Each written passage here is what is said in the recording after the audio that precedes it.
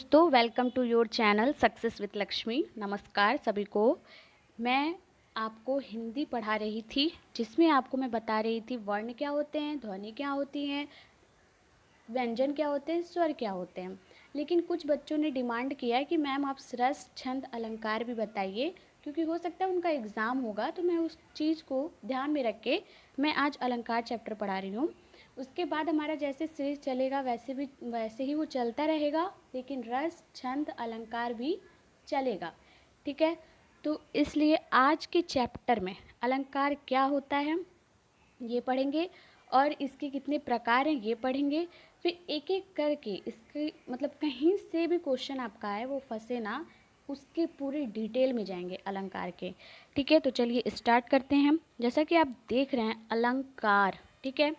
अलंक का मतलब होता है, अलंकार का मतलब होता है अलम धन कार। ठीक है, अलम मतलब होता है अलंकृत और कार मतलब होता है करने वाला, मतलब कि अलंकृत करने वाला। ठीक, काव्य का वह रूप जो उसकी सुंदरता को बढ़ाए, मतलब कि सौंदर्य दीपक, आप समझ रहे हैं, उसे अलंकार कहते हैं। जैसे कि जो काव्य है उस, अब देखिए कवि लोग जो होते हैं या हम जो कविता वगैरह पढ़ते हैं उसमें क्या होता है वो कि मतलब छोटे छोटे वर्ड्स में ही बहुत ज़्यादा मीनिंग्स हो जाते हैं। और अगर शायरी वगैरह आप देखिए कुछ आपका शायरी हो गया, आपकी कविताएं हो गई, गाने वगैरह हो गई, 2-3 मिनट के गाने में वो क्या होता है पूरा मीनिंग पूरा स्टोरी समझ में आ जाता है। तो वहाँ पे क्या यूज करते हैं, वहाँ पे अलंकार का ही प्रयोग करते हैं। तो अलंकार मतलब क्या होता है, अलम धनकार, अलम मतलब अलंकृत और कार मतलब करने वाला, मतलब कि वाक्य को जो सुंदर बना दे उसको बोलते हैं अलंकार। ठीक है, संस्कृत में इसको बोलते हैं अलंग अलंकारोति इति अलंकारः। ओके, जो अलंकरण करे उसे अलंकार कहते हैं, जो अलंकरण करे उससे अलंकार कहते हैं। अलंकार के भेद, अलंकार के दो भेद होते हैं। ठीक है, एक शब्दालंकार और एक अर्थालंकार। अब ये दोनों क्या होते हैं इसके बारे में हम पढ़ेंगे। सबसे पहले हम समझ चुके हैं कि अलंकार किसे कहते हैं, जो हमारे काव्य को, हमारे किसी भी मतलब कविताएं, आपकी शायरी गाने जो उनको सुंदर अलंकृत करते उसको हम बोलते हैं अलंकार। अलंकार दो शब्दों से मिलकर बना है, अलम धनकार। और अलंकार के दो भेद होते हैं, शब्दालंकार और अर्थालंकार।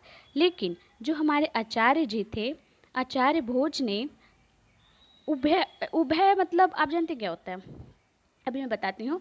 उभय अलंकार को तीसरा भेद माना है। जो हमारे आचार्य भोज जी हैं वो उभय अलंकार को तीसरा भेद माना है।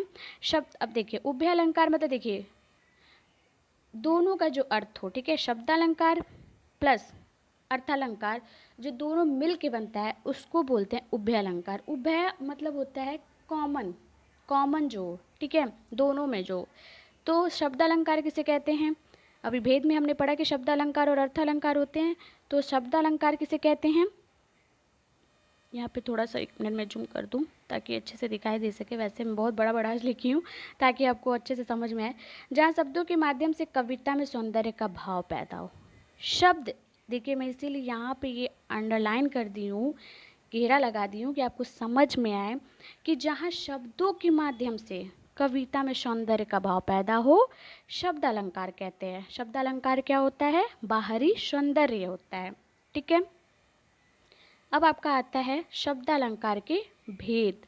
शब्द अलंकार देखिए, पहले तो अलंकार के दो भेद हो गए, अब आपका फिर उसके बाद शब्द अलंकार अर्थ अलंकार। अब शब्द अलंकार के भी भेद होते हैं, इसके 5 भेद हैं। एक अनुप्रास अलंकार, ये आप पढ़े होंगे, बचपन से आपने पढ़ रखा होगा। एक अनुप्रास अलंकार और दूसरा, पहले मैं भेद बता देती हूँ आपको। अनुप्रास अलंकार और, चलिए वो मैं आगे बताऊंगी, हो सकता है मैं इस पीडीएफ में नहीं डाली हूँ क्योंकि मैं सोची हूँ पहले यही सब बता दूँ फिर आपको मैं आगे बताती हूँ। ठीक है, इसके 5 भेद है। पहला कौन सा है, अनुप्रास अलंकार। ठीक है, पहला कौन सा भेद है, अनुप्रास अलंकार। और फिर हमारा आता है अनुप्रास अलंकार किसे कहते हैं, तो अनु मतलब होता है आवृत्ति और प्रास मतलब होता है बार बार, मतलब कि जिसकी आवृत्ति बार बार हो उसे बोलते हैं अनुप्रास अलंकार। ओके, एक वर्ण की आवृत्ति बार बार आए, ठीक है, कोई वर्ण है उसकी आवृत्ति बार बार आए, मतलब पूर्णावृत्ति उसकी होती रहे, वो हमेशा आए, उसको क्या बोलते हैं? उसको बोलते हैं अलंकार। जैसे कूलन में, कलियन में, कहारन में, कुंजन में, क्यारिन में, कलिन में, कलीन में, कलंकित है, ठीक, किलकत है, सॉरी सॉरी सॉरी किलकत है। क्या दिया है? कूलन में, कलियन में, कहारन में, कुंजन में, क्यारिन में, कलिन में किलकत है, ठीक है। तो इसमें आप देख रहे हैं कि एक वर्ण की बात मैं की हूँ, क क्या है? वर्ण है। अब इसमें आप देख रहे हैं कि आपका ये क क्या हो रहा है? बार बार ये आ रहा है, ये क, यहाँ पे क, यहाँ पे क, यहाँ पे, यहाँ पे, यहाँ पे और यहाँ पे। तो यहाँ पे क्या हो रहा है? वर्ण की बार बार आवृत्ति आ रही है, बार बार वो आ रहा है, तो उसको क्या बोलते हैं? अनुप्रास अलंकार। अनु मतलब क्या होता है? आवृत्ति। प्रास मतलब क्या होता है? जो बार बार आए, ठीक है। अनु मतलब आवृत्ति, प्रास मतलब जो बार बार आए, ठीक है। अब पद्मा अलंकार किसे कहते हैं? आपके जो पद्मा वृत्तानुप्रास, देखिए ये जो पद्माकर, ये जो कलियन, ये जो हैं आपके, ये पद्माकर जी ने इसको लिखा है। और ये इसको जो अभी हम लोग आपके जो अनुप्रास अलंकार हैं उसके भेद में हम पढ़ेंगे वृत्तानुप्रास। ये कलियन में जो हमने आपको एग्जाम्पल दिया है, कूलन में, कलियन में, कहारन में, कुंजन में, क्यारिन में, कलीन में, कालीन में किलकत है, ये आपका वृत्तानुप्रास में आता है, ठीक है। अभी हम लोग पढ़ेंगे जब इसके भेद पढ़ेंगे, ठीक। तो यहाँ कह दिया यह क वर्ण की आवृत्ति यहाँ पे क्या हो रही है? यहाँ पे क वर्ण की आवृत्ति बार बार हो रही है, ठीक है। यहाँ पे क्या हो रहा है? क वर्ण की आवृत्ति बार बार हो रही है, ओके। अब चलिए नीचे चलते हैं और देखते हैं कि क्या है अनुप्रास अलंकार के भेद। अब देखिए, पहले अलंकार के भेद हमने पढ़ा, अलंकार किसे कहते उसे पढ़ा, अलंकार के भेद कितने हैं वो पढ़ा। अब अलंकार के भेद में एक आपका आया था शब्दालंकार और अर्थालंकार, तो हमने शब्दालंकार में अनुप्रास अलंकार पढ़ा। अनुप्रास अलंकार में क्या क्या आता है अब वो पढ़ेंगे उसके भेद में, ठीक है। ये मुझे लगता है वो चल रहा है, फैमिली वो चल रहा है, पहले ये मतलब दादाजी, फिर उनके पेरेंट्स, मतलब उनके बच्चे, फिर बच्चे के बच्चे, वो चल रहा है ट्री टाइप का, फैमिली ट्री टाइप का। छेकानुप्रास, दूसरा है वृत्त्यानुप्रास, तीसरा है लाटानुप्रास, चौथा है श्रुत्यानुप्रास और पांचवा है अनत्यानुप्रास।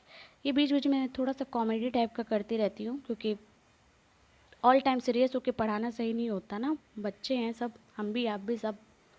तो पहला क्या है? छेकानुप्रास। छेकानुप्रास में क्या है? छेक, छेक, छेक जब बोल रहे तो क्या आ रहा है? एक, छेक एक टाइप का लग रहा है ना, उसका मतलब क्या होता है? चतुर। जहाँ सिर्फ एक वर्ण की आवृत्ति बार बार हो उसको क्या बोलते हैं? छेकानुप्रास, ठीक है। रहीमन, रहीला की भली, इसमें एक वर्ण की उत्पत्ति, मतलब एक वर्ण की आवृत्ति एक ही बार हो रही है, इसीलिए इसको क्या बोल रहे हैं? छेकानुप्रास, ठीक है। ये कौन लिखे थे? रहीम दास जी, ठीक है। आप इनसे तो भली बात ही परिचय होंगे कि ये कौन है। दूसरा है हमारा वृत्त्यानुप्रास। वृत्त्यानुप्रास क्या होता है? वृत्त, वृत्त सर्कल होता है ना, नाम से ही प्रतीक है। सबसे मैं एक आपको एक लॉजिक वाली चीज़ बताती हूँ और जो कि आपको फ्यूचर में काम आएगा। कोई भी शब्द का अगर अर्थ ने आपको नहीं समझ में आ रहा है तो उस शब्द का पोस्टमार्टम कर दीजिए। पोस्टमार्टम मतलब समझ रहे हैं?